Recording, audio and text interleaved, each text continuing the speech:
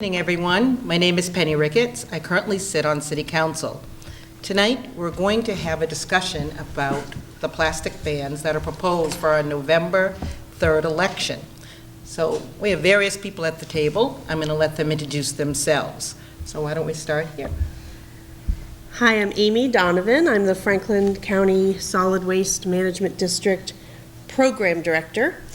I'm here as a recycling expert, local, regional recycling expert, and I represent Franklin County on the Springfield MRF Advisory Board, which is where all of our recycling goes from Franklin County and all of Western Mass. And I'm here just as an expert. I can't really say my personal opinion about anything, so if you catch me doing that, let me know. Hi, I'm Brad Verder. I have a website called massgreen.org, which presents community resources for plastic waste, for addressing plastic waste issues. And I'm heading up a new consortium that's currently in formation with environmental groups, public interest groups, state legislators, solid waste professionals, youth groups, community organizations, business people, and other folks who are concerned with plastic waste throughout the Commonwealth. Okay, and we'll go back and introduce yourself. I'm going to catch my breath. I just ran up the stairs. My name is Jill Appel. I live in Concord, Massachusetts, and I worked with Jean Hill to pass the bottled water bylaw back in 2012. That went into effect and has been in effect for 3 years now.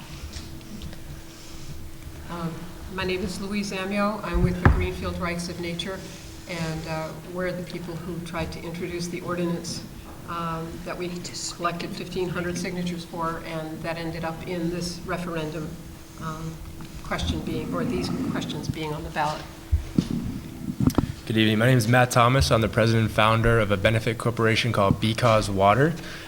This company was started actually partially inspired from Concord's ban, and we focus a little bit more on the solutions side, encouraging people to drink more tap water. So we do that by specifically increasing access, making tap water inexcusably accessible through distributing reusable bottles, drinking fountains, and other solutions that make it really easy and desirable to drink tap. Hi, my name is Matt D'Amico. I'm from Framingham, Massachusetts, and I currently study political science at UMass Amherst.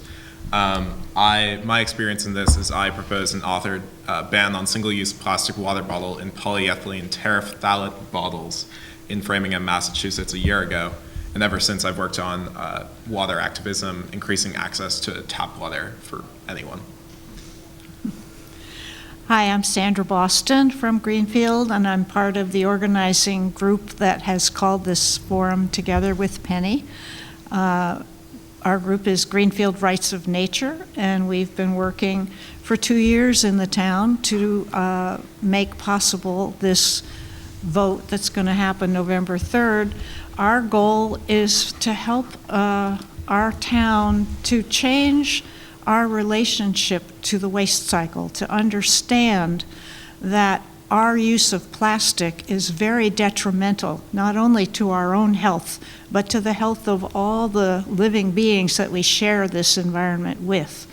And we have formed these habits of convenience, speed, and ease that have been a function of the fossil fuel industry and our lifestyle. And now we're learning the detrimental effects of these choices to our own well-being and to the environment on which we depend.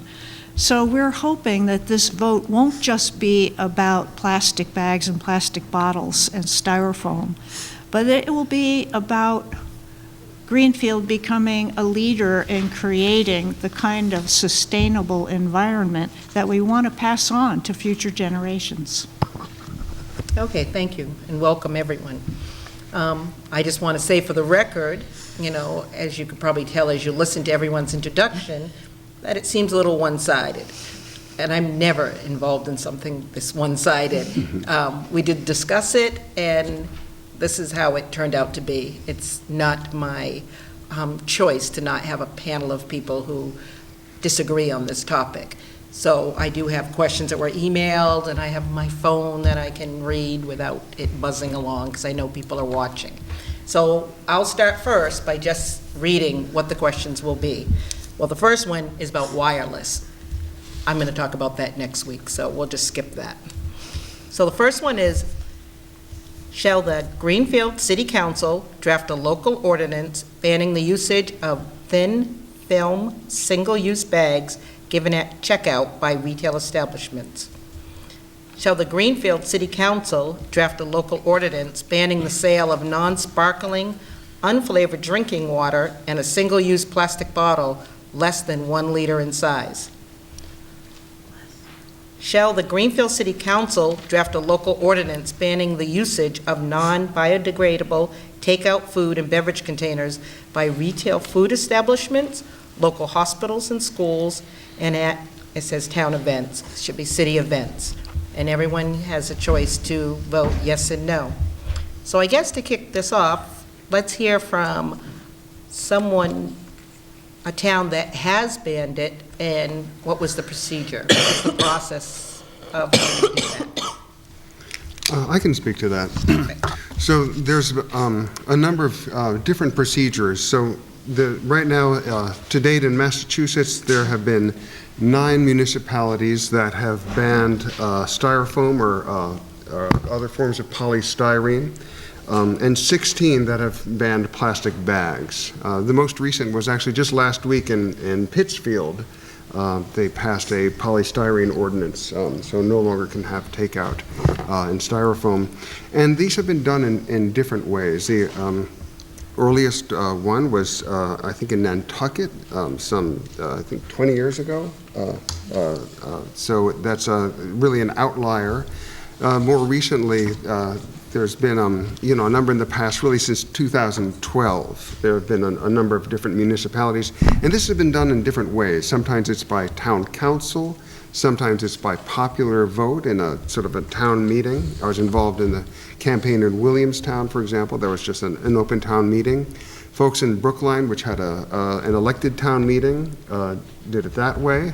And in some places, such as South Hadley, they banned polystyrene just by the Board of Health. It actually didn't come up before the town council. It didn't come up before town meeting.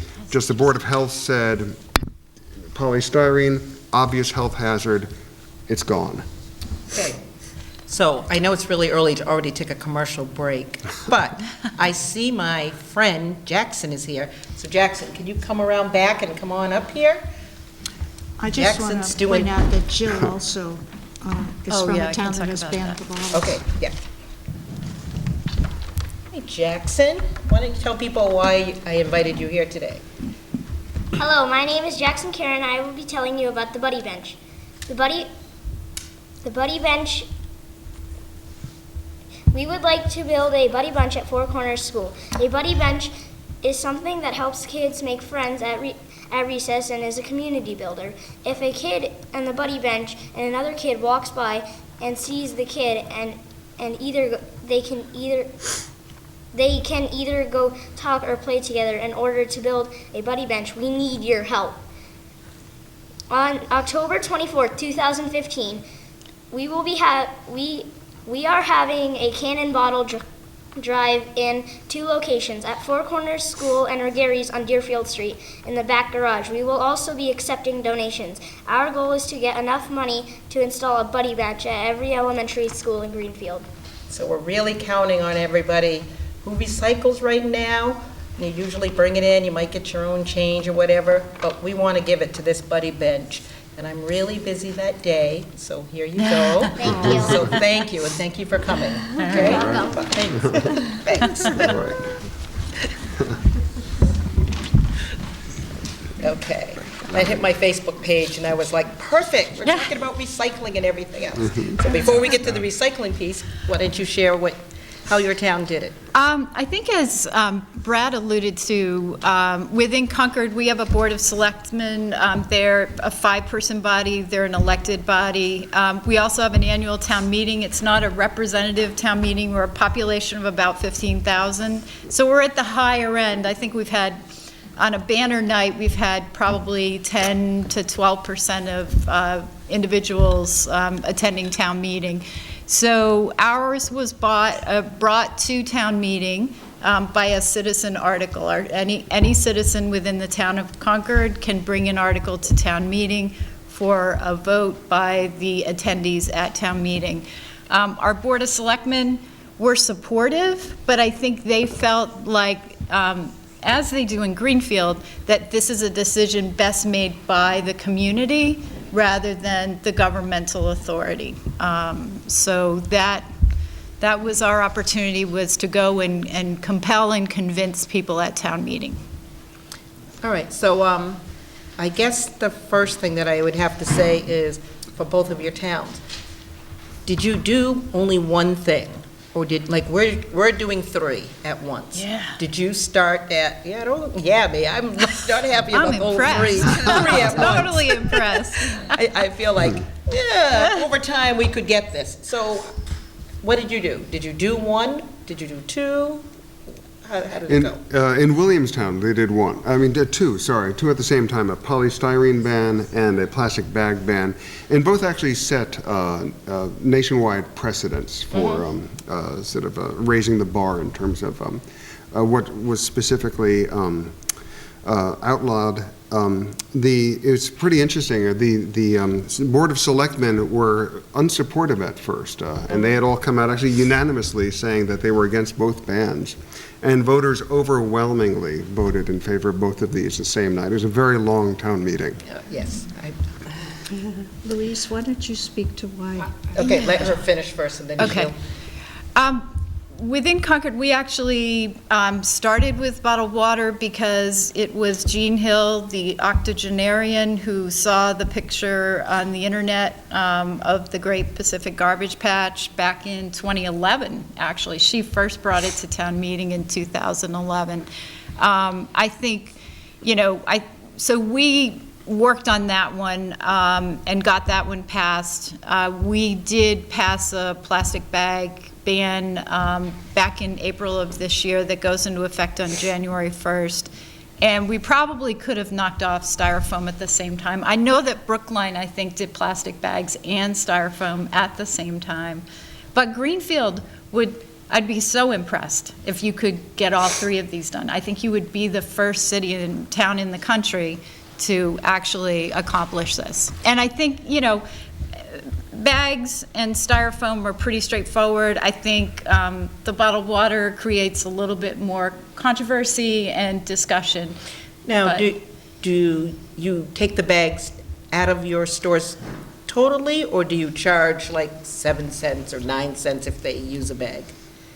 See, I think Cambridge recently passed, I think, the most progressive California-like plastic bag ordinance, which means that you don't get a plastic bag, you will get a paper bag if you need one, and you'll pay 10 cents for that. And that has been rippled all the way through California. I think we passed something a little bit less than that. Less in money, you mean? Yeah, there isn't, I think there will be, people within our community, we're probably not as green as Greenfield, but we're pretty green, and people do in town carry reusable bags. Yeah, of the 16 municipalities in the state that currently have bag bans, 14 of them are just sort of straight bans of plastic, but you get free paper. Cambridge and also Williamstown have a mandatory charge of 10 cents for paper bags in an effort to encourage people to bring their own tote bags. Okay. And Louise, did you want to speak? No, just go ahead. Well, a couple of things on the ordinance that we had written, which of course is now not in existence. It will have to be written once the people vote that they agree with the referendum questions. In our ordinance, we had asked for a 10-cent charge on paper bags so that people would not simply switch from plastic to paper and abuse our forests. So that was the main reason, and also to help cover the extra cost for the businesses, because paper bags do cost more than plastic bags. So that was what we were aiming for in our ordinance. The reason that we went for all 3, the bags, the bottles, and the styrofoam, is that once you start arguing about the waste problems, once you start talking about the health problems associated with plastics, they're basically all the same. And so if we're arguing against one product, why not eliminate all three? There is no reason in the world why we have to have styrofoam for takeout foods. Plastic bags can easily be replaced, and I'm sure we'll discuss that much farther down the road. And tap water is free, or pretty much free, and available to everyone. So it just seemed to us that as long as we're working to clean up the environment, reduce waste, provide a more healthy and green community, we might as well work on all three at once. Okay. Did anyone else want to jump in? Do you have any questions? Okay, so in your discussions, was it ever brought up that people felt like they just needed to be treated like adults and make their own decisions? Like, you know, did you take time to educate people first and let people switch over to tote bags? Like the time you decided to do it to the time it was implemented, what did that time look like? Because you had businesses who had plastic bags already, so they had to go through everything, or the water bottles, they had to go through everything before the bans began. So, like, what is the time limit you gave your businesses to flip the switch? In Williamstown, it was 6 months, and that seems to be pretty much the standard. 6 months, usually to use up existing stockpiles of plastic bags, then point of fact, the vast majority of the businesses don't even need that much time. It's 6 months is especially for restaurants and polystyrene. No restaurant has that much sort of in terms of backstock of these clamshell cases and styrofoam cups. They just buy a month's worth at the most. So 6 months was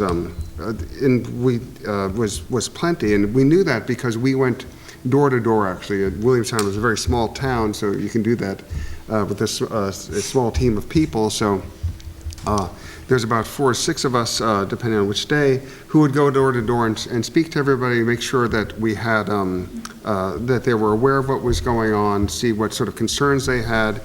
We also went and spoke to vendors, restaurant suppliers, to make sure that there were alternatives that there were affordable alternatives, and in fact there are. So I actually just confirmed this again recently because I had gone to Pittsfield to testify over there, and just want to confirm for the major suppliers in Pittsfield. It's Mansfield Paper down over there. They do a lot of restaurant supplies. For Mansfield Paper, 200 clamshell cases in number 6 polystyrene, which I'm sure you'll talk about in a moment, costs $66.67 for a box of 200. For one that's recyclable plastic, it's $71. So it's really a $4 difference for a box of 200. So we did that sort of that kind of background research just to make sure we weren't going to put an unreasonable onus on our business owners. So did you want to talk about, out of all of them, I think if I had to get on board with any of them, like right now, tonight, it would be the styrofoam. It really would. I totally understand that. At the same time, when they do give me my leftovers in it, I do take it home. So, but you don't know what. Yeah, me, I didn't get this big refusing food. Penny? So, one second, and so so I can get behind it, and I totally understand it, and I get it for the environment. So I like what you said about the research and finding out an alternative and what the price point is. So that's good, because if this passes in our city, when it comes to council, that's what we'd have to look at too. Yeah. Like, what are the alternatives out there? How long would it take for the switchover? And it's not that costly to really switch. That's important. Precisely. That kind of news is good, and it's hopeful. And you wanted to speak to the styrofoam, and then I'll get to you, Sandra. Sure. So styrofoam is not recyclable in municipal recycling. There's a few reasons for this. Recycling really has to be not profitable, but it has to be marketable. We have to sell the items that we're collecting for recyclables. And by the way, I brought the Springfield MRF Advisory Guides Recycle guide that comes out every Earth Day in the Recorder every April. And if anyone wants a copy, I have plenty of copies at my office, so you can contact me at the Solid Waste District. So styrofoam is a very lightweight material. It's mostly air, 95% air. And so it's not a value to manufacturers. It's so light, it takes up so much space, and has no value in the recycling stream. So when they melt it down, it becomes just like a gooey, cotton candy-like material and can't really be repurposed into anything else easily. Now, there is a recycling symbol on styrofoam cups and styrofoam, some takeout containers, things like that, but it is not recyclable in most of the US. The recycling symbol that is on a lot of our plastics, we were all taught 20, 25 years ago that means it's recyclable. Great, recycle it. Well, 25 years later, some clarification needs to be made and is being made. There are new symbols coming out that have more information on them. So styrofoam is not accepted for recycling in most municipalities because it has very little economic value to manufacturers. Nobody wants it. You have to have somebody lined up to purchase this material. And this recycling guide shows where a lot of our recyclables go.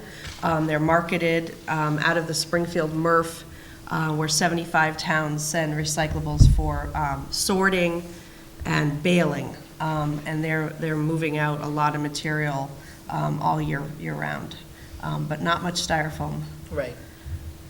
Sandra, did you want to say I just something? wanted to Yeah. support Matt to jump in. In terms of the question of letting people be adults and figure out decisions for themselves, such as receiving plastic bags or buying bottled water, I think it's great to educate people, and that's definitely always the first approach. You're always going to have a massive number of people that are still going to take convenience over the issues at hand with bottled water or plastic bags, and that's essentially always going to happen. And yes, those people can be adults, but you still have this massive environmental consequence of allowing this product to be sold and distributed, which you still have to deal with regardless of you letting someone make their own decisions. All right, so the one thing that I don't understand, so educate me. What about soda bottles that are around the same size, or Gatorade, or Monsterade, or Power, or whatever we have? Those never get thrown to the ground, those aren't found in streams. Like, how did we pick water over everything? Because I'm thinking, if you ban it from every store, and then the kids go in and they buy stuff. I love that I see everybody walking around with a water bottle now. And so now for them to switch over and go back to soda, yeah, I'm not really on board with that. So I want him to answer, then you, Louise. I see you. I think that it really has why we're targeting and why I've targeted bottled water. It's really a market issue. When you take away bottled water, you're not taking away someone's ability to access a product. When you do that with Coca-Cola, let's say we can't sell Coca-Cola, like we can't sell things in bottles, right?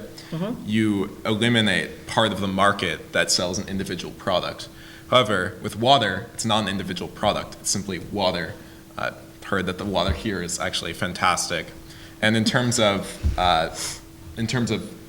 people switching over to other things because bottled water is gone, we've really not seen any evidence for that happening in places like Concord. Yeah, and I mean, I can speak, I guess, actually, people in the U.S. as a whole are drinking much less soda, which is of concern to the industry. And actually, that was the reason they got into bottled water in the first place. I would have to say that we're still a pretty fit and active community. We have more people drinking tap water, and they're not automatically switching to soda. I mean, I think that's kind of a knee-jerk reaction, like, oh, people just drink soda. But soda has a very different kind of sugar-laden, feel to it. Whereas what we have are more people carrying these things around, or going to the water fountain, or going to the local business who will provide them with tap water for free, or waiting until they get home. So I think that, we're kind of getting back to, we're a little retro, right? 30 years ago, we didn't have bottled water, and we all were just fine. Nobody died of dehydration in the streets. Can you mention the Concord on Tap? And, so what we did in Concord was, we called up Camelback, and we made a special deal with, I think, a dozen of our businesses took advantage of this. We have this nifty little logo called Concord on Tap. Camelback actually printed some special bottles. These bottles were provided at a discount to our local businesses, and they could put them for sale instead of the single-serve bottled water. So we actually still have these for sale in the hardware store. It was right in the front window the other day, 3 years later. But these are very catchy. In general, I think our the kids in sports, they all have their own soccer bottles. They all have, so I do think the biggest issue we had was people didn't like to be told what to do. Right. The biggest concern, and we were trying to engage as a community at a deeper level to say, we're talking about sustainability, we're talking about these products that are getting us away from sustainability. And I think there was an element, as there is in every community, of people who say, well, just put it on the shelf and I'll decide whether I want it. And we did do a lot of community education in conjunction with it. So what do you do for like your 5Ks and all your special events? Like we have the Franklin County Fair here. And Right. the great thing about the fair is they compost and recycle everything, Yep. everywhere around it. Yep. We have a number of 5Ks here. We have the triathlon. Everything is recycled at those places. And then unfortunately, we had huge things like Hurricane Irene and there were Sure. places that, the roads totally washed out. So when the National Guard came, a number of our stores, Home Depot, Big Y and everything, just took cases of water to get them because they're the only ones who get Right. helicopter lifted there and stuff. Right. So what do you do, What are major our- fire, stuff like that, when you need to get water to those people? So keep in mind that our ordinance, or what we call it a bylaw, contains a provision if there's ever a water emergency as declared by a local official, then the bylaw is not in effect. Okay, so keep that in mind. So as you look forward to drafting what your ordinance might look like. But for everyday things like 5Ks, and we actually purchased in our community, we've actually had it for a bunch of years. I think we've had it, actually this, I don't want to call it a trough, but it looks like a trough. And it has basically 3 water fountains on this side and 3 water fountains on that side, and you just hook it up to a hose. So if you're having a public event, that is something really easy. It becomes a watering station for people to go get a drink or refill their bottle. All right, So when you and we've gotten to like the 50-gallon, or 10-gallon containers. And you We just have get the cups. urns. We have now urns at graduation that we throw ice and lemon, and we make it a water bar. We kind of make it more fun than chewing up a lot of single-serve plastic. So when you said the ban is off when there is an emergency, Yes. what does that mean? You can pass out at a huge fire or a disaster, you can use the single? To the extent that it is declared by the town official, I think it's the fire chief who declares it, then it become available. But if you I don't think have it, where are you getting it from? if you it's- don't have it, It's not allowed in your city at all, right? Well, it's not allowed for sale within our community. I mean, there are other places that obviously people can get You just it. go to the next town or whatever. And some people still do that because you can't convert 100% of people. I mean, I think Matt is absolutely true. There will be, as a community, you're going to make this decision, and we had so many people learn and change their habits and things like that. But there will still be a group of people who will not buy into it. And that's okay. And they'll go to Acton. That's the part I have to think about a little bit Yeah. from the business side of me thinking. Right. Is because, people can go to Turner's or Shelburne, it's not hard. A lot of people already go shopping and they go to New Hampshire and everything. Right. I'm just not really okay with the dollars leaving the city. Yeah. But I get it. Yeah. I do get it. Nothing's perfect. Go ahead, Matt. I hate to speak on behalf of Concord, but when I was in the process of What did Concord do to you? Have you been there? in the process of doing my work in Framingham, I thought it would only be responsible to talk to business owners in Concord, so I canvassed a lot of the town, as I'm sure you have.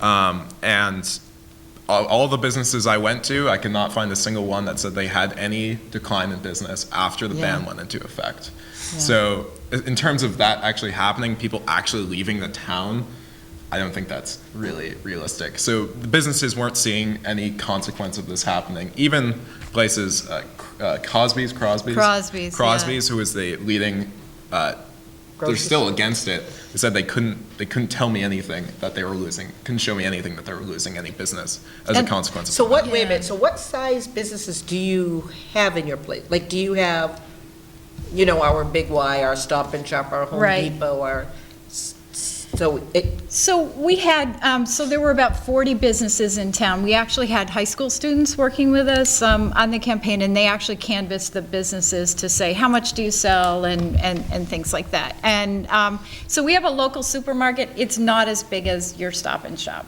I mean, it's Crosby's Market. I don't know how many thousand square feet it is. But what we have are convenience stores. Yep, okay. We have the gas Cumberland station Farms, convenience store.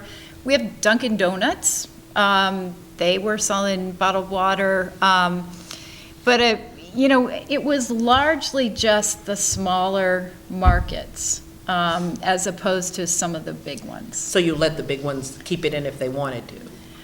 Oh, we couldn't discriminate against so the reality was, and the funny story about Crosby's Market is, and Jim Crosby owns, I think, 6 different stores in 6 different communities in eastern Massachusetts, and he was the spokesperson for the Mass Food Association, and, and came out against it. But shortly after the bottled water bylaw passed, Crosby's got their liquor license. So actually, Crosby's makes a ton of money now, but it just happens to be on wine. Right. So everyone's now, so now everybody's just drunk. Yeah. But You should see their 5Ks. Yeah. I'll vote for this. What's the problem? So, I mean, but I think the important thing that people have to realize is that water doesn't disappear from the shelves, okay? So you specify the size, it's plain drinking water, it's PET plastic, right? So we have some boxed water on the shelves, right? Some businesses said, well, I'll just go get some boxed water. And I don't know whether that really sells, but that's an alternative that conforms to the bylaw. But we have containers, plastic containers over 1 liter, and we have gallon jugs. So, I mean, we used to always have gallon jugs. This single-serve thing is kind of a more recent phenomenon. So when you go into Crosby's Market, yes, the water section's a little bit smaller, but they still have a number of containers. It's just what we've gotten rid of is the mindless grab of the single-serve plain drinking water. Okay. So my next question, I guess, would be, and I'm speaking for everyone else. Yeah. Because I have Penny? all my questions Penny? in front of me. Yes, Before Sandra. we change the subject, I think Matt, who is working with providing solutions. Matt, do you want to say something about? Matthew, when you want to speak, you use your big boy voice and you just jump right on I'm in. ready. All right. You Waiting do for it. the right then. opportunity. All right. Sandra's everyone's mother here tonight, I see, but you go ahead and do this. Go ahead. I guess the one thing I would add to that is if we could go back and really address the first thing that you brought up, which I think is really typically the most common concern is, all right, what about the people who are actually trying to make a better decision and they're drinking water now at a convenience store or a coffee shop or a cafe? And why do we discourage that all of a sudden? But what if we rewind here and what if we can actually transition to allow people to keep their existing behavior, but wait, we're actually going to save that person money because now you don't have to buy water. We can keep it as accessible as it was, but it's going to be tap water. And it also, by the way, you're going to help the environment. And in a lot of cases, what we're seeing in the research is that it's actually going to help your health because oftentimes phthalates that leach out into the water aren't so great for a number of things.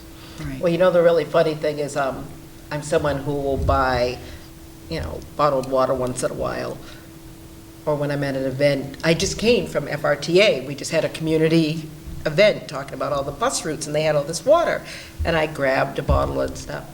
I always just refill it from my tap. And it was always funny for years because everyone said, like, bottled water is like, this is the best because it came from some spring, someplace. And I always just picture somebody with a garden hose just filling it up or buying it, Essentially. Like I never really bought into it. So that's why I have no problem refilling it. So I think that's another argument that we have here is people say, well, I buy it, but I only buy it once every few months because I just keep using the bottle until I can't use it anymore. I want to get to the environment piece because we find the bottles discarded and they end up in rivers and all that stuff. So do we not think that would happen with a 1 liter bottle is, I just don't know. Well, I think that, I believe that there will be fewer people using bottled water if they are not buying cases of individual water bottles that they can grab on the way out the door, if instead they grab their refillable bottle. I believe that there will be fewer bottles ending up in the roads and in the rivers. I believe that that's been the experience of the communities that have done this.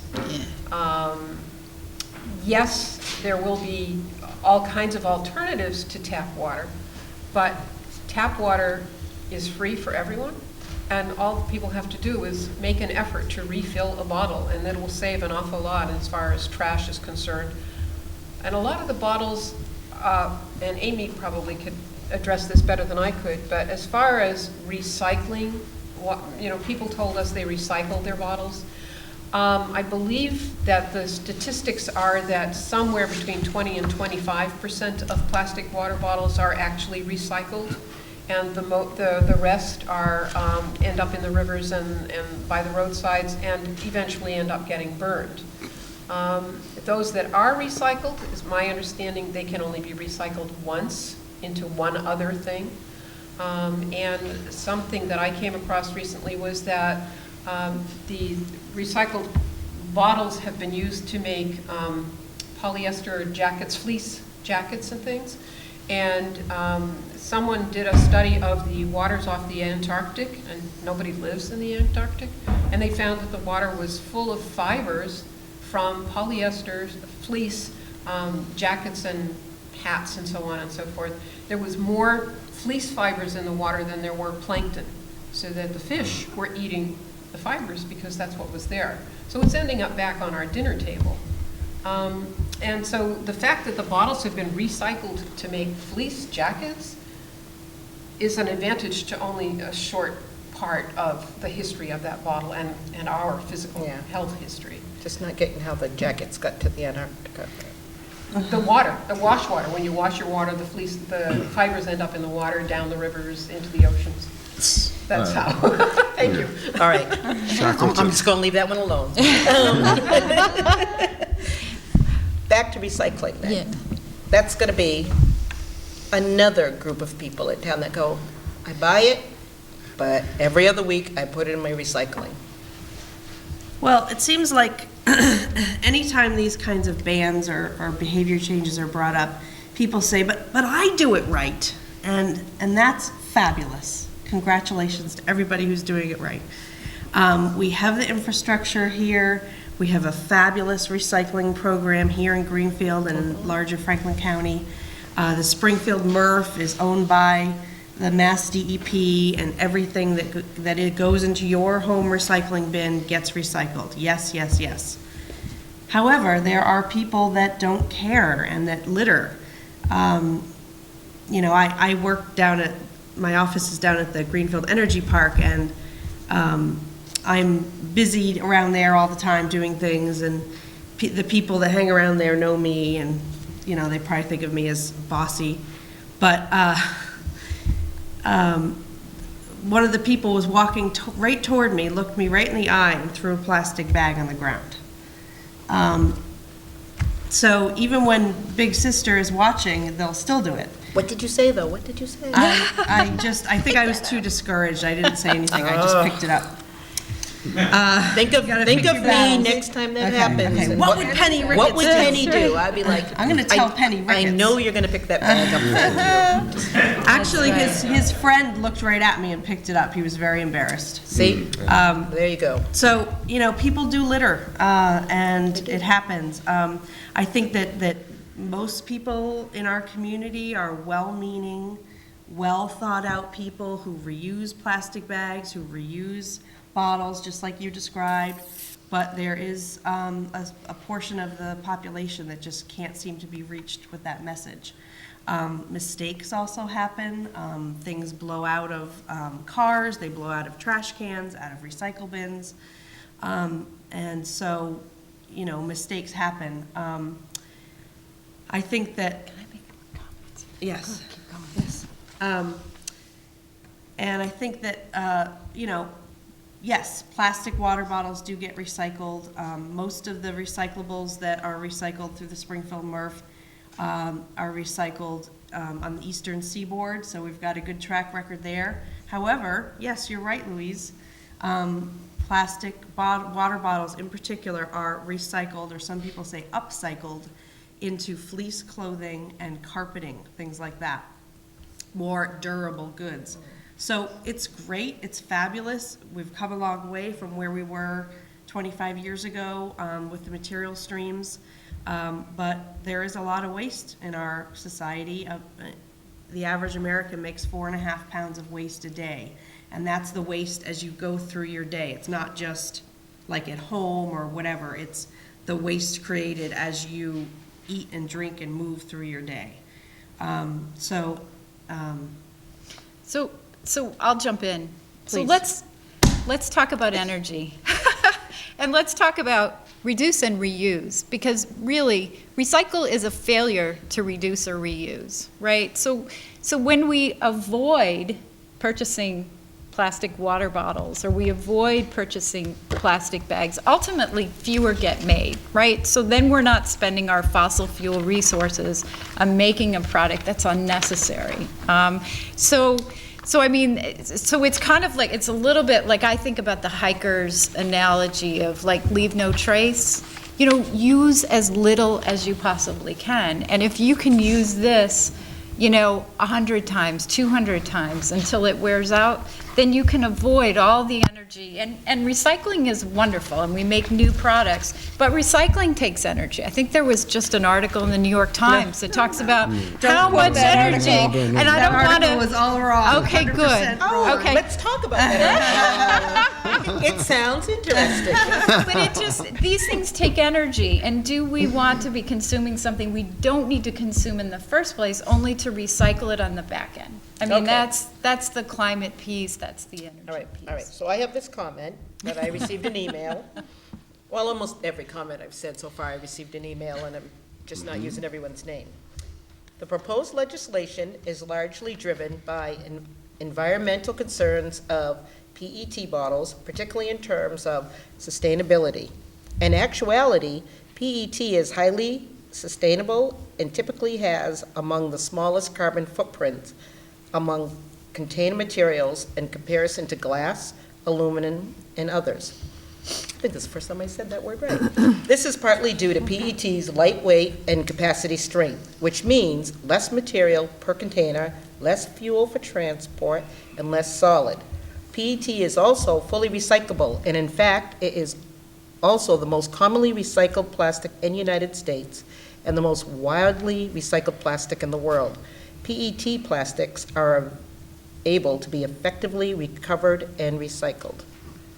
Was that from the International Bottled Yeah, Water that sounds very Association? familiar to Because me. that is classic IBWA. I know it's from PET Resin Association. Okay, Yes, of so course. that is one of the lobbying groups that defends the bottled water industry. I'm sure both of us are very familiar with them. There's a massive misconception here. So carbon footprint is one thing, but ecological footprint, so accounting for all of the environmental consequences of these bottles, there's essentially no worse bottle that we could have. So they are very lightweight. But when you look at, we were talking about recycling. Recycling is great, it's a good in theory thing. These bottles are 23% of the time recycled. However, when they're recycled, where they go from there, a lot of them, since the material is not that valuable, will end up in places like China and India, or sometimes never recycled, usually downcycled, which means that we're turning it into these small little bits, end up in our oceans easily, very easily, and then into the food that we eat. There are just huge issues with the amount of petroleum we're using to make these bottles, considering we only have 50 years left of petroleum in the world. That means that after that point, we won't be able to make medical plastics. So why are we wasting it on creating packaging? 714 million gallons a year for the United States alone of oil to make these bottles. That is a redundancy. Essentially, the same product is coming from the tap. So I think when we account for ecological footprint and not just carbon footprint, I think it changes the way that we should think about this. I And how also many just- uses do we get out of a container, like a stainless steel container or a glass container versus the single use? Right. Since 2007, this one. I'd just like to add to that, because we're all mindful of the water shortage in California and throughout the Midwest, and we don't have a water shortage here in New England yet. But I've seen two different statistics about how much water is necessary to make a 16-ounce bottle, and I got it from the movie Bag It, and it said, well, what I heard was 14 gallons of water to make one bottle. Now, I've also, Louisa's shaking her head, she's heard a different figure, but yours is 3-to-1, right? Yeah, I think 3 liters of water to make 1 liter bottle. Either way, it's still a squandering of an important resource that's going to be increasingly important to everyone on the planet. So why are we spending, 3 gallons of water to make a bottle that we're going to use for 1 to 2 minutes and then throw away? Okay, so I'm going to get back to how you allowed it in your cities or not allowed it. So here's someone's, I don't even think there's a question. I think it's all a really long comment. I loathe compulsion. I think we can get there with that, with better modeling and let people make their own choices based on their own situation. Anytime you create a new law, it needs enforcement. Overall, I think the benefits of this, which are real, are outweighed by the harm of creating an even bigger police state and the always present unintended consequences. I cannot see anything wrong with banning styrofoam, but the fact is that people purchase and use it for some reason. Why would they do that? I don't know. Which basically means I am not informed enough to feel comfortable banning it. And lots of people all agreed with her. So I guess I have to say, how did you impose this in your cities and towns? Did everyone had a date and they had to be done with it? What if they didn't? Bless you. What if they didn't? Well, there's an enormous range of choices in terms of enforcement mechanisms, in terms of penalties, in terms of who does the enforcing that have been passed throughout the state. even the fine schedule for, restaurants that continue to use styrofoam, for example. Some places will charge them, a $50 fine, some say $25 fine, others say $100 fine. So they're all over the map in terms of what different municipalities in the state have done. But the reality of it is that compliance is really across the board has never been an issue. There's been places that have done this much longer than Massachusetts have. Washington, D.C., for example, has had a plastic bag law with a fine, you pay a nickel a bag. Anyone who's been to D.C. since 2007 is used to paying a nickel a bag. Everyone complies with that. Everyone's used to it. Even visitors from out of town, they're like, oh, I have to pay a nickel? Whatever. Yeah, they do that, I believe, in Austin, Texas, too. Yeah. So so there's a lot of concern about, well, what's going to happen, and this police state issue turns out not really to be a real problem once it's put into effect. Right, because we live in an area where we are more name, like we have Home Depot and we have CVS and Rite Aid, so we can do all this stuff here, but they got to call their corporate guy. Guess what? Guess what's going on now? And so that's why I wondered if you had those same type of stores or name corporations, because they had to make decisions. So like Home Depot, for example, they might have to take the water and not use the bags here in Greenfield, but they have 25 more stores. And so I don't know, do they comply, or do they go, we'll take our chance, or we'll pay the fine, because they comply. Who cares? Yeah. It's actually, it's pretty interesting. So Dunkin' Donuts, for example, in Cumberland Farms, these are, places with us throughout the Commonwealth. And so Dunkin' Donuts in, say, Great Barrington, which has had a anti-styrofoam ban for quite some time, uses only paper over there. Elsewhere, when they can get away with styrofoam, they'll use styrofoam. But I think Dunkin' Donuts has actually said that they're going to phase out all of their styrofoam. No, I didn't think, I don't think ours uses styrofoam. Yeah, McDonald's, I think, has done the same thing. So I think more and more of the big corporations are seeing, the writing on the wall. It's no point in fighting it. It's pretty much inevitable.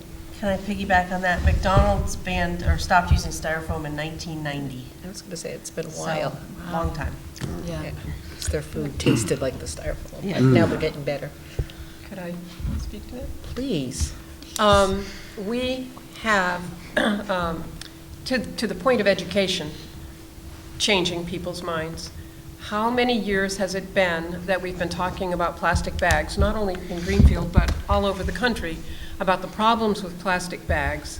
And yes, a certain percentage of people do make an effort to use their own cloth bags when they go shopping, but the larger percentage, myself, if I forgot my cloth bag, I'll take the plastic bag, just because it's the easy route.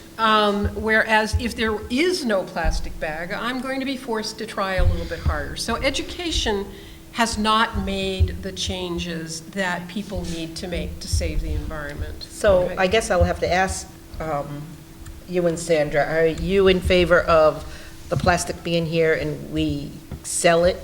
Not we, I don't own any of these stores, but it gets sold for like 7 cents, 9 cents a bag. Well, the ordinance that we had written, which is nowhere right now. So let's not talk about it because it's nowhere. In that ordinance, Future. we had suggested a 10 cents for paper bag and no plastic bags. Okay. I Agreed? I heard after the fact that in Ireland, the way they got rid of plastic bags, they simply charged people 22 cents a bag. I mean, just a little bit over. The 5-cent thing, what the hell, but 22 cents for a bag was enough of a motivation that people didn't want them anymore. And I wish we'd gone that way.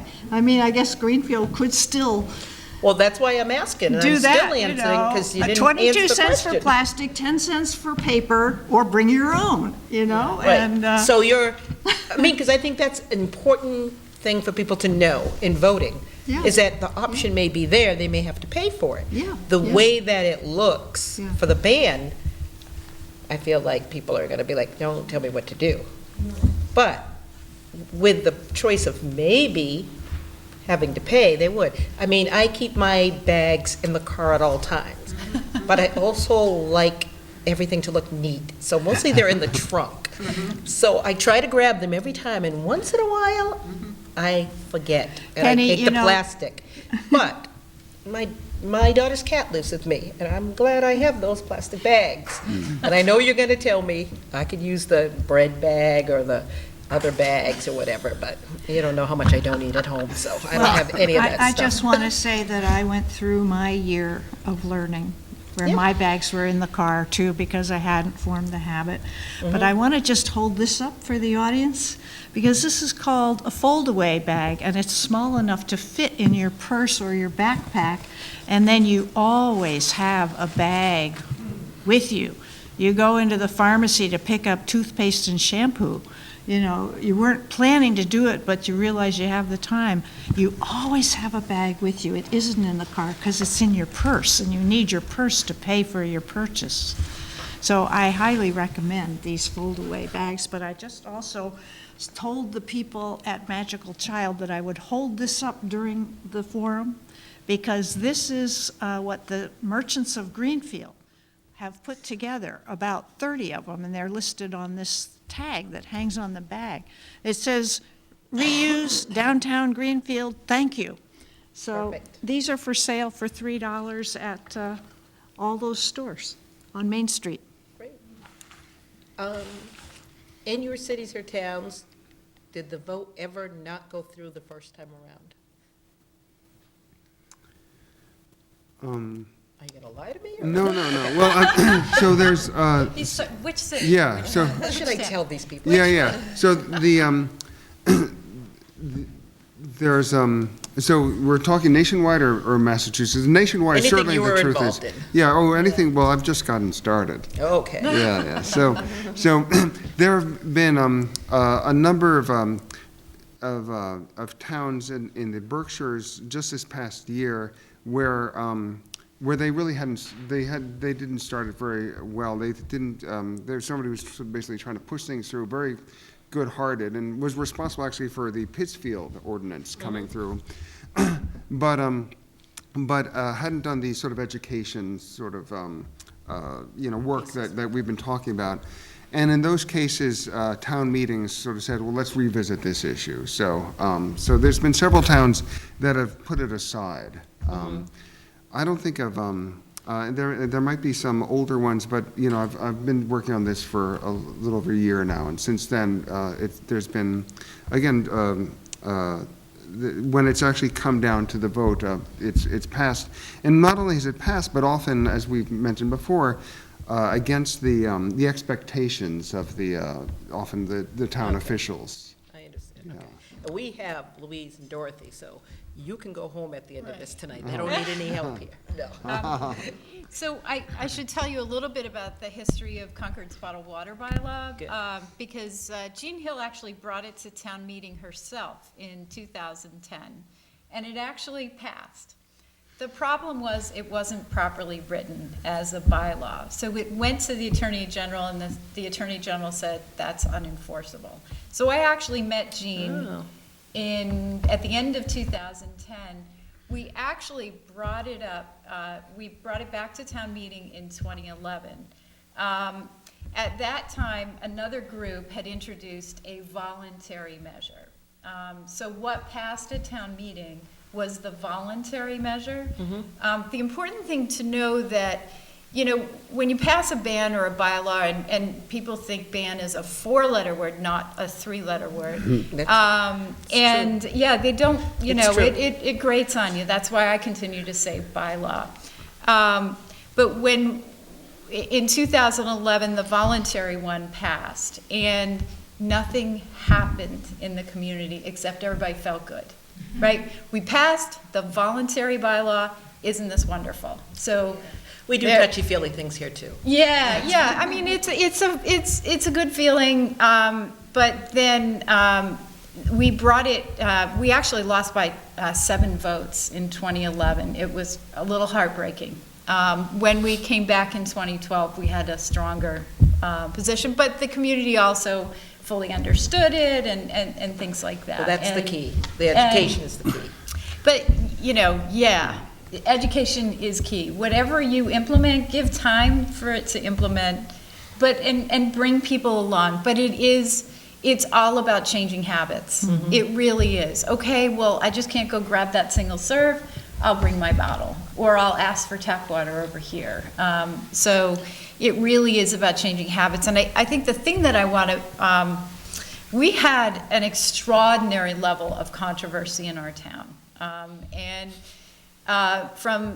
From the standpoint of mostly the people who wanted to do what they wanted to do when they wanted to do it. And this was kind of un-American. And they actually likened this to, life, liberty, and the pursuit of happiness, which, the American Revolution was really a community decision. And so we really tried to reinforce with the community that this was our decision as the community to move away from this product. But, we were glad we got through it. It has largely been a non-event. I mean, I'd like to say, we have, the businesses are complying, the people are, going about their business. We are installing more water fountains in town, and I think that is an important issue for the selectmen here. We just put forth, I think we're making a request from our community preservation funding, but the town manager has been very supportive, and he's allocated funding to upgrade water fountains and install new ones. So I think that's an important aspect. And there are hydration stations, and Matt can tell you all about that. But, that you can refill a water bottle. We have some with doggy bowls on them, down at the bottom. You can water your dog. That is, yeah. I And mean, so- I've heard of those ideas, and I Penny? like them. Do you have a heroin epidemic in your area as well, or? It hasn't hit. Really? I mean, it's a real Massachusetts incredible, terrible thing. But I haven't heard a lot about it in Concord. We're battling it. So when I Are think about you? water fountains and things like that, and our downtown and stuff, we have so much more going on. But, Yeah. we can't just never do it because of that, but, Right. yeah, It's we need to do some priorities. priority. Yep. Yes. I was wondering, so I come from a very different background from Concord. I proposed my legislation in Framingham, which is a very large town, around 70,000 people. The concept of small business does not exist. It's a corporate town. We have issues. We have heroin issues in our town. We have all these things. And unfortunately, it failed. It failed we have we have a representative town meeting, so we elect town meeting members. It failed by 10 votes in the 216-member town meeting. And up until probably 2 weeks before, it would have passed by a larger margin. This is, of course, a very controversial issue. It's much more controversial than the bags and the styrofoam. And the lobbyists from these organizations know that they can capitalize on that. Concord had some experience with that. Our largest problem was companies like Nestle and other organizations that have large lobbying groups were able to have people on the foot talking to people from our town routinely and presenting from the town meeting, things like that, just spreading misinformation. But I think it's definitely possible in a town like Greenfield, which has more of a corporate presence than a town like Concord and more diversity issues, I suppose. I know, when you were saying that, I'm thinking, like, no one has really been, like, we haven't had all these letters to the editor from corporates or any group and everything, which makes me feel internally like I really don't think it's gonna pass. And I feel like they may not, because we're trying to hit 3 things at once, and so we're basically pissing people off. You're pissing Because no one's the right working so people off, hard though. about it. But when we did things like, I'm trying to think about the alcohol thing we did recently and stuff like that, like, there was money and there was signs coming out and they worked, and same thing with Graham. For some reason, this is not hitting this, like, we gotta fight, we gotta keep this. Yeah. But everyone I talked to was like, no, I don't want this. Yeah, well, it just, I think this is a very, from what I've observed at least, a pretty environmentally conscious town. Yep. Our town, not so much. However, people were very on board, but just once it was explained to them. But there will definitely, I think, be corporate interest. Definitely, this is a very hot topic for them, and I would just say it's something to be ready for. Right. Sandra? I just want to add that we were so impressed by Concord's strategy of what they called a tap map. Where in town could shoppers get tap water? And we, Greenfield Rights of Nature, have already begun polling the town businesses, and so far we have identified 17 on Main Street who would be glad to offer tap water to shoppers. And so we are going to make a map of downtown Greenfield, and we hope to get many more than the 17. That's all we've had time to talk to. You mean putting the water bubblers in the stores? Putting water bubblers in, like places like Imagine and All About Bees already have one. Yep. And they have it in their back room for their staff, and they said, oh, we wouldn't mind bringing it out into the area where shoppers could have access. And they would not only then be able to advertise of being on the map, but we would give them a sticker for their window, so people walking down the sidewalk, if they're thirsty, they look for the sticker, and then they know they can go in and get a drink there. So we're already on that one. I'd like to add really quick. So again, much of our solution came out of different campaigns like the one in Concord, and we had our ears and we had our eyes focusing on some of the problems and some of the objections that people had that were coming out in the newspapers. And we've signed up about 177 businesses at this point in Greater Boston. That includes mostly small businesses, but even bigger businesses like Patagonia, Be Good is another larger one, JP Licks. These are all companies who support the program. The number one benefit that they see is the brand reputation, because businesses at the end of the day, they care about the market. They don't want to sell something that people don't like. And if they see that enough people are behind this, then they go, yeah, absolutely, we'll put our name behind that.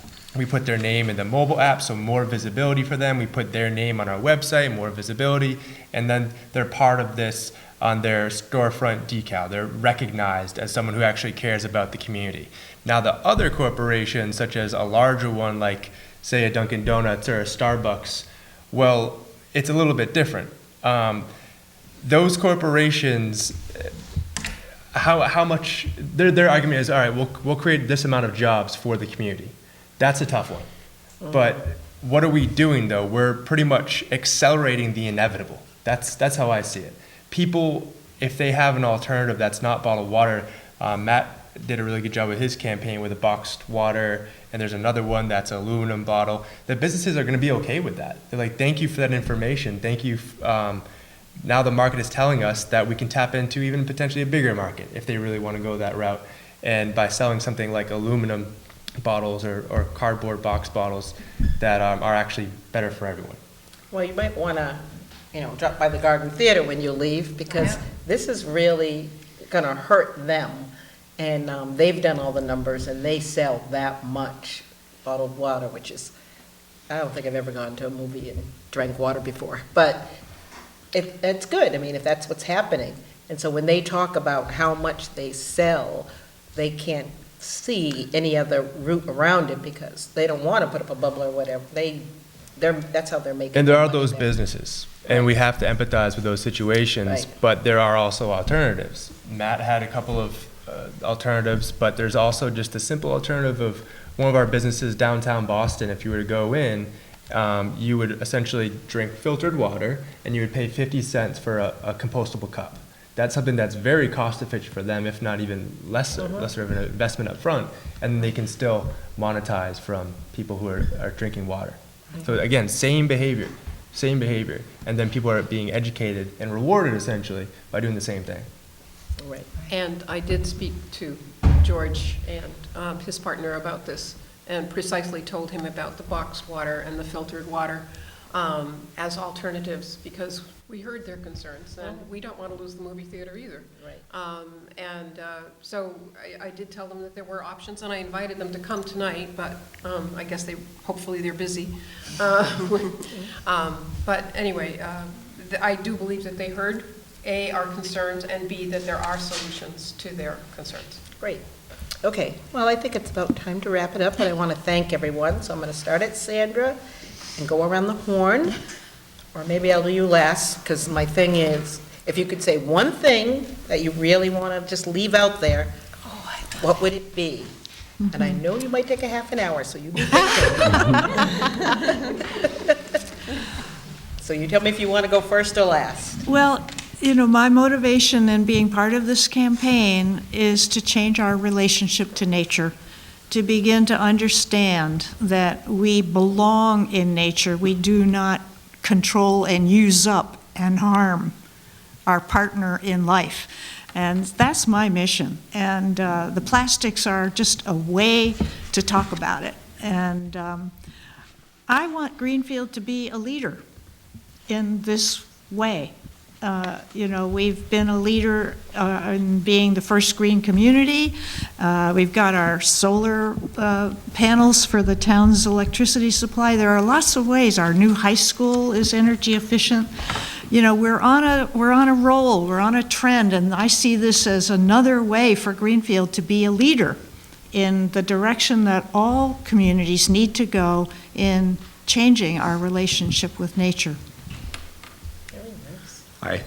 I just want to say thank you for having me tonight. I find this very exciting, what's happening in Greenfield right now. I think Greenfield has the opportunity to do something huge, to basically tell, well, in a lot of different ways they have the ability to do this, but essentially they have the ability to be a leader in stopping plastic pollution around the Commonwealth. Greenfield is a very, I think, a representative town of many communities across Massachusetts, and I think would be a great leader in doing a few things and banning some of these plastic products and styrofoam products.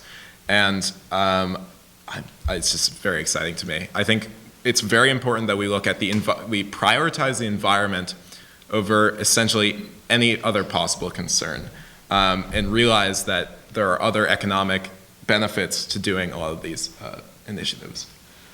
Great. I would ask everyone to consider really the overall impact in a ban like this, or really any type of moving the needle in terms of water sustainability. Our problem is much different than California's. We don't have any water shortages, but we have a $21.4 billion funding gap over the next 25 years for water infrastructure. So that is a much more significant issue. So being part of something like this can ultimately raise awareness for the entire state how important this issue is, because we know what happened out of Matt's campaign, we know what happens out of Jill's campaign. The media gets involved and we talk about it, and that's what's most important here. We're essentially making it easier for people to transition away from bottled water to tap water. That's what my company helps with. But the net impact, some of the most important metrics that we look at are the overall awareness and education about the significance of the true value of water. Thank you. Yeah. Well, on the issue of education, I believe that our group has been working on this for pretty close to 2 years. I think we've done our best to try to educate people to the issues. Whether or not we've succeeded is something else. But I believe that in the fairly short future, I do believe it will not be long before we will all be obliged to take measures like these. For example, one of the Matthews said something about fossil fuels running out of them in a relatively short time period, in which case we will not be able to have plastics at random anymore. And so since it will inevitably come to this, I would love to see Greenfield lead the way, and I would love to be able to, for all of us, to say to our grandchildren in 10 years, 20 years, to say, we did our best to leave you a clean and healthy world. I guess I am an environmentalist too, but that's not what got me involved in this. My first job out of college was working for the New York City Welfare Department. And for me, plastic waste is really about people and the sort of the situation we live in. And the effort that I'm currently spearheading now, this massgreen.org, is really about building bridges between different communities, and getting in not just the environmentalists, but again, people who are living in places where there's very few trees but lots of garbage. One of my co-workers on this is my friend Tomas he heads up a Latino youth group called Sociedad Latina, and works out of Roxbury, a sort of inner city in Boston. And he says, this is a youth issue, this is a Latino issue, this is an urban issue. It's not about the environment, it's about making a place where we can all live and with pride and joy. So that's really, I think, why I think there's such widespread interest in this, and why I'm confident that Greenfield will pass all three at once. Okay. Leave your number with me, okay?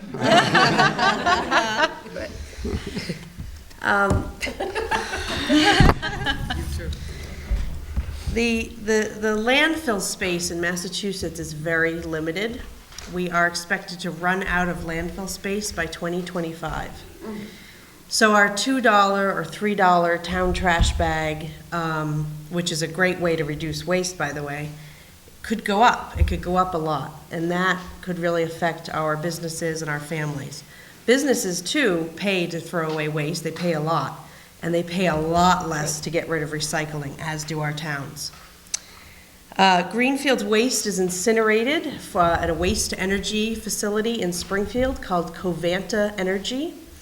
And that's good that it's a waste to energy, but it is controversial, so I suggest you Google that if you want to learn more about that.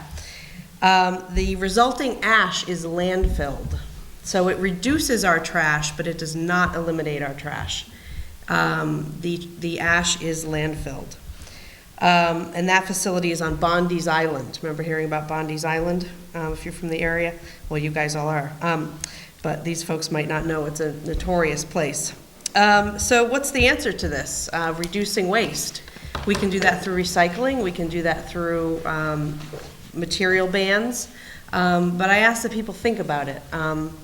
As Penny mentioned, the Franklin County Fair is a leader in waste diversion. Thank you. I'm the recycling director for the fair. And yes, we recycle and compost everything that you put into our blue and green bins.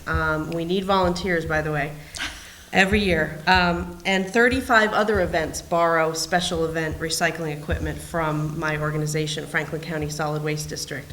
So we're getting somewhere, but there's a lot more work to be done.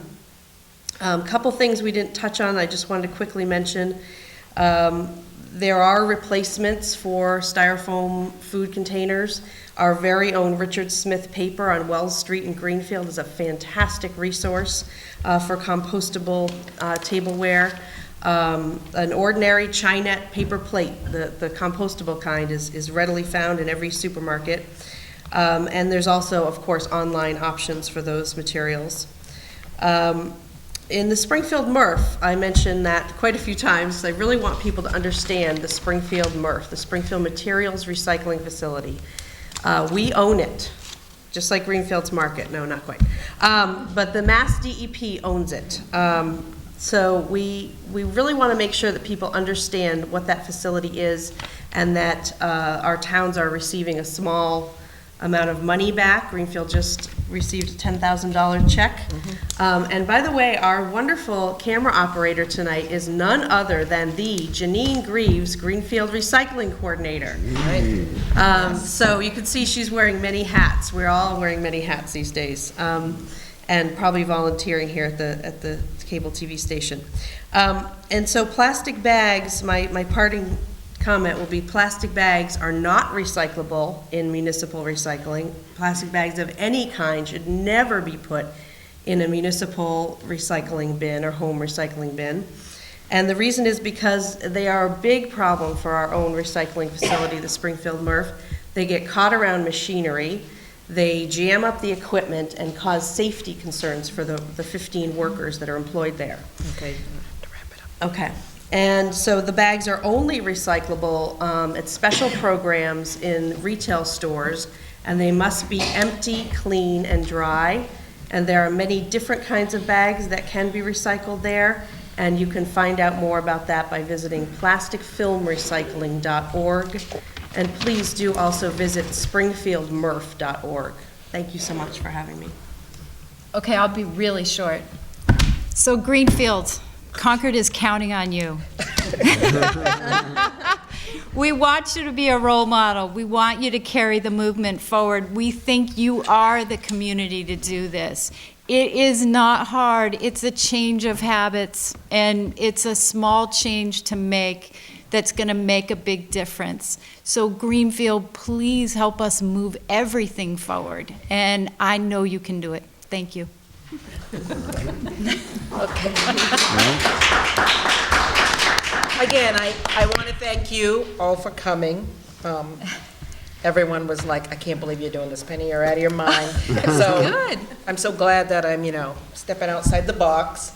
This does not have my campaign slogan or anything. It's my slogan, but my name or anything's not on it. And I brought these for Jackson also to give away. But it's part of the solution. It's part of the solution for what you see as a problem. And so I am trying to do this wherever I go, whether I agree or not. I've learned a lot. I think I'm still, ready to vote the yes on the styrofoam, but I was before. And the other two, there was a lot of food for thought. I really do have a lot to think about, and so does Greenfield. And I'm glad that you helped, explain a little bit more about what you're going through and what you went through to get there. And I think that's the hardest part for us, because if it does really happen, then it's a lot of work. Because, I heard the whole part about the Attorney General said you couldn't do some of this stuff. That keyed into me right away. So I know we'll be talking later if this vote turns out in the positive, because that's important. If we're going to do it, I want to do it right. Are we ready to do it yet? All three at once? I just don't think Yes. so. Yes. See? And that's what I love, that you all get to go into your own Thumbs voting up, booths. Greenfield. So, Thumbs up. Tell your Again, neighbors. I just want to thank everyone. I want to thank Ian and Janine.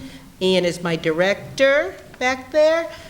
He's doing this for school. Really? This isn't here? And Janine, and Janine for the DPW. I thank GCTV.